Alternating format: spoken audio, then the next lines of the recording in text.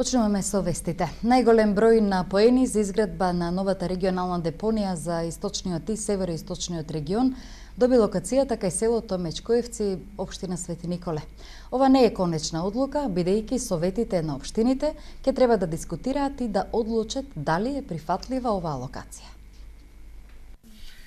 Регионалната депонија за источниот и североисточниот регион најверојатно ќе биде лоцирана во аторот на селото Мечкоевци во општина Свети Николе. Ова не е конечна одлука за локацијата на регионалната депонија, бидејќи советите на општините ќе треба да се изјаснат дали ќе ја прифатат предложената локација. Тоа е исто така во близина на Куманово, бидејќи мислам дека двата региони повеќе би сакале да имаат една регионална депонија за двата региони и оваа локација најмногу одговара како за источниот, така и за североисточниот регион од аспект на транспортни трошоци. Ова е конечна одлука или не е конечна одлука? Одлуката е, мислам, предлогот се разгледува, меѓутоа за да биде тоа конечна одлука треба да се донесат соодветни одлуки на сите совети на општините, така што не би можеле да речеме дека е конечно. На денешниот совет на градоначалници на Источнопланскиот регион беше направена и приоритетна листа за финансирање на проекти од Бирото за регионален развој. На листата се наоѓаат проекти на 5 општини. Во општина Зрновци наредната година ќе се гради етнопарк во селото Зрновци. Општина Штип ќе реконструира куќа во Штипско Ново село. Општините Кочани и Чешиново Блешево ќе реализираат заеднички проект изградба на парк во историски локалитет Смиленово, а општина Виница ќе реконструира историски објект. Општините очекуваат да добијат 14 милиони денари за реализација на овие проекти, а разликите во буџетите на проектите ќе ги финансираат општините. Проектите се во функција на развојот на туризмот на Источнопланскиот регион.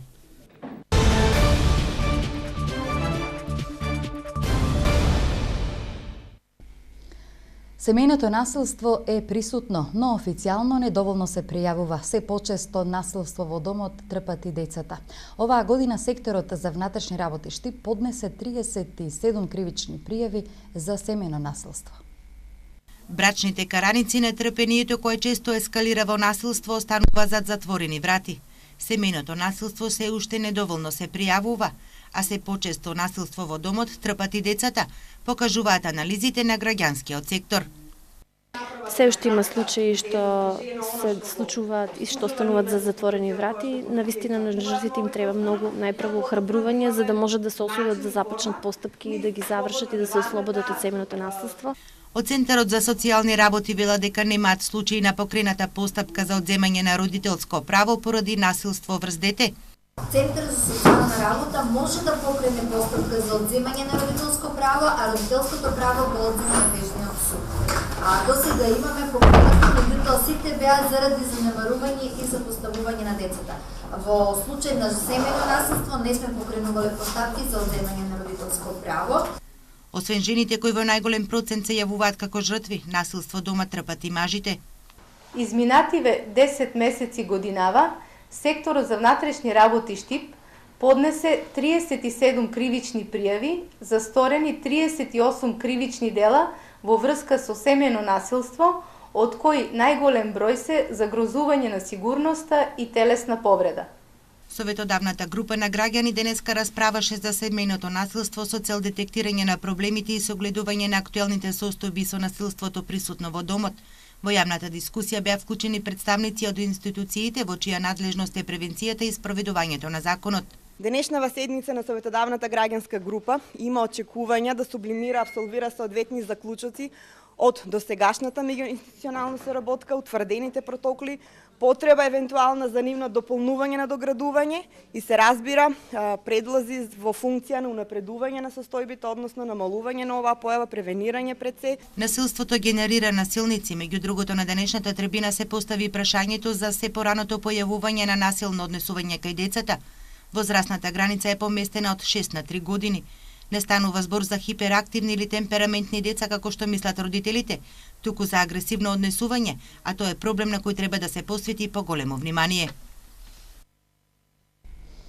Денес се одбележува Светскиот ден за борба против хронично обструктивната белодробна болест. Болест која што по симптомите е слична со астмата, но може да биде поопасна. Според податоците на Светската здравствена организација, 5 до 10% од сите возрасти на 40 години имаат белодробно заболување и од оваа болест повеќе заболуваат мажите. Под мотото "Диши во знаење" годинава се одбележува Светскиот ден на ХОП, односно хронично обструктивно белодробно заболување. Најчестите симптоми на ова заболување се оттежнато дишење, недостаток на воздух, кашлица со искашлување на секрет, придружени со слабост, губење на апетитот и телесна тежина.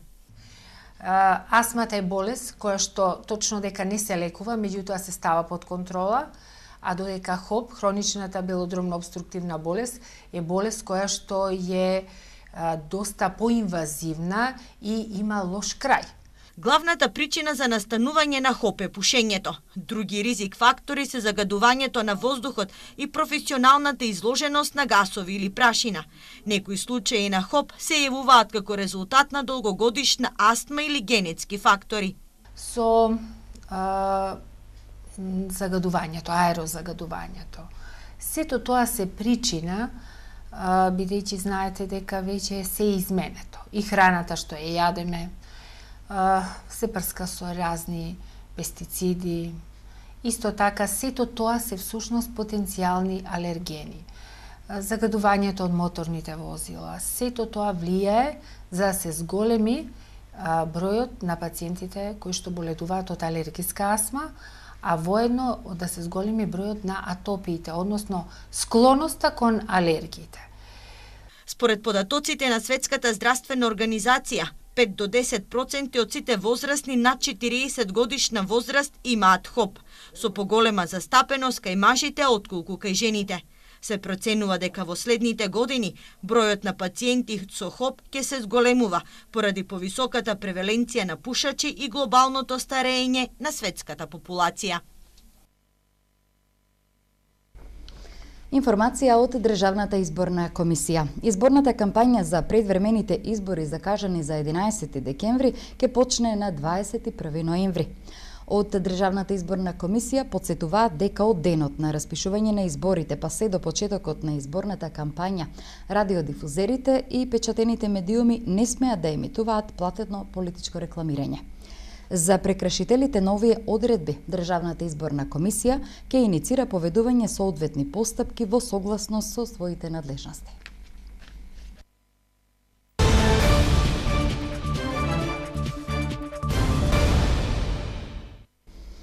Одиме со другите теми. 10.080 хектари е предвидено да се наводнуваат за наредната година од Браната Калиманци. Јавното предпријатие Водостопанство Брегалница го стави на увид предлог планот за наредната година. Браната Калиманци наредната година ќе ги наводнува нивите во Кочанскиот, Виничкиот, Штипскиот регион и Овче поле до општина Лозово. И во 2017 година во Кочанскиот регион како водечка култура останува оризот. Планот моментално е на 10.080 хектара, од кои што носешка култура во Кочанскиот регион пак ќе остане оризот со 5.100 хектара, во Штипскиот и Светиниковскиот регион носешка култура ќе биде луценката со 2.000 хектара, пченката со 1.000 хектари, а останатото се други култури, разбогарденарски, лоза и слично. Зашов забележува дека до април во Браната Калиманци ќе се акумулира потребната вода за наводнување на нивите во источниот регион, кои се опфатени со нивниот систем за наводнување. Моментално, значи, во Брана Калиманци имаме 40 милиона метри кубни вода, што за овој временски период е солидна количина вода. Значи, планот за да се реализира во целост ќе ни бидат потребни 110 милиона метри кубни вода, што сметаме дека до започнување на сезоната, април месец, значи, ќе имаме таа акумулирана количина вода во Брана Калиманци. Предлог планот за наводнување за 2017 година е ставен на увид, доколку земјоделците имаат забелешки преку местната заедница или организирајќи се во група, можат да достават барање до подружницата, која е должна веднаш да реагира и да го доработи планот за наводнување за наредната година. Штип ја доби првата автоматска перална во источниот дел од државата. Новата автоматска перална се наоѓа во рамките на станицата за технички преглед ПСС. Се нудат 3 вида на перење на возилата: основно, медиум и перење со восок. Целиот процес трае само 6 минути. Покрај автомобили, темелно перење се врши и на камиони, автобуси, како и на градежни машини. Со отворањето на новата автоматска перална се овозможија нови 10 работни места.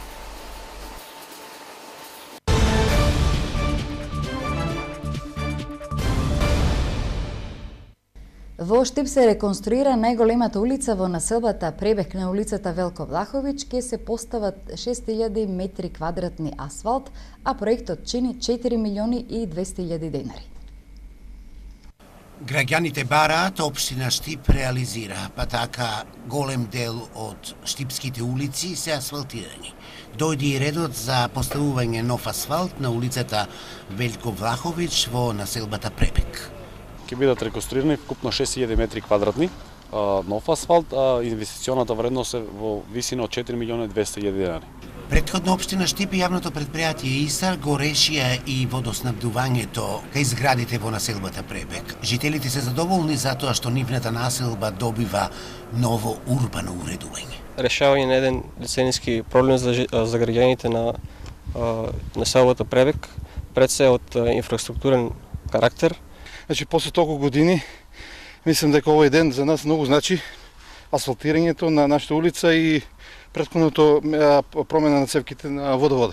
Во населбата Пребег општина Штип го реши и уличното осветлување, беше ограден и спортскиот терен, а овде ќе минува и делото од обиколницата кој во иднина треба да ја поврзува улицата Велко Влаховиќ до бањата Кежовица.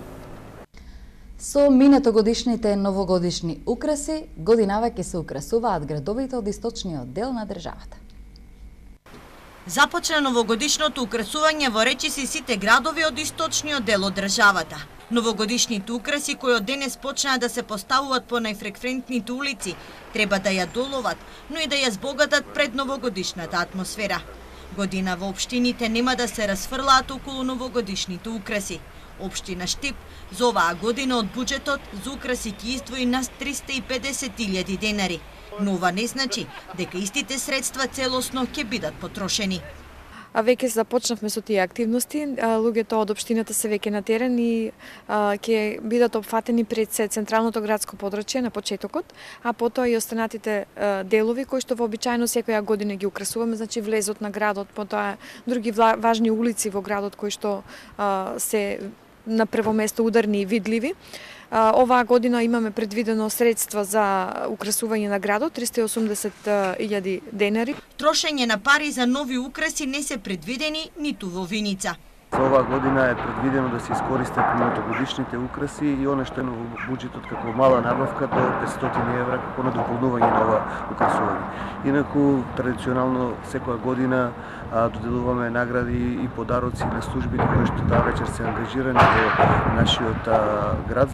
Годинава и македонска каменица ќе ги користи старите украси. Парите кои ќе се заштедат ќе бидат наменети за новогодишната прослава, која оваа општина традиционално ја организира неколку години поред. Оваа година општина Македонска каменица не распишуваше тендери, ниту спроведуваше јавни набавки, така да украсот ќе го користи од претходната година. Заштедените средства за украсите ќе бидат наменети за дел од програмата. И годинава ќе нема организиран дочек на градскиот плоштад во Штип.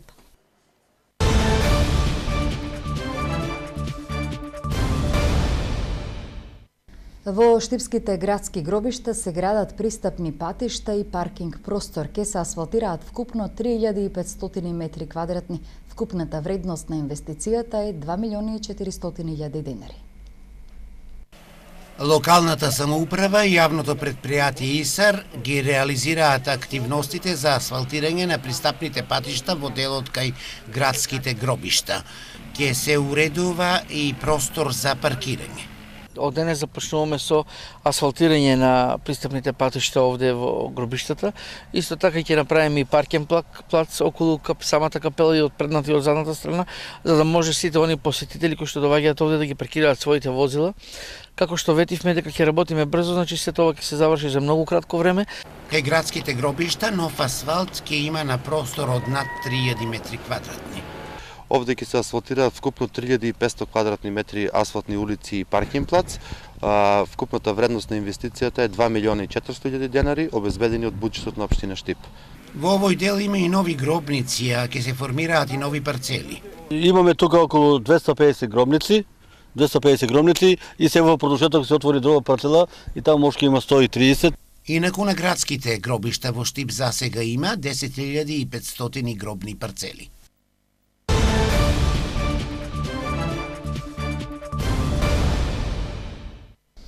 Денес се одиграа надпреварите од 14-тото вонредно коло во рамките на првата македонска фудбалска лига. Екипата на Брегалница гостуваше на Шкендија во Тетово. Во надпреварите од вонредното 14-то коло во рамките на првата македонска фудбалска лига се постигнаа следните резултати.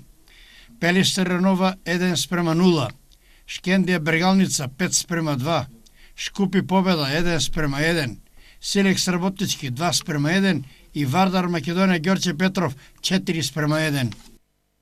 Младите борачи на Балканец како презентери се представија на спортската манифестација Ноќ на боречките вештини, а како надпреварувачи настапија на традиционалниот турнир во борење во чест на празникот на град Скопје.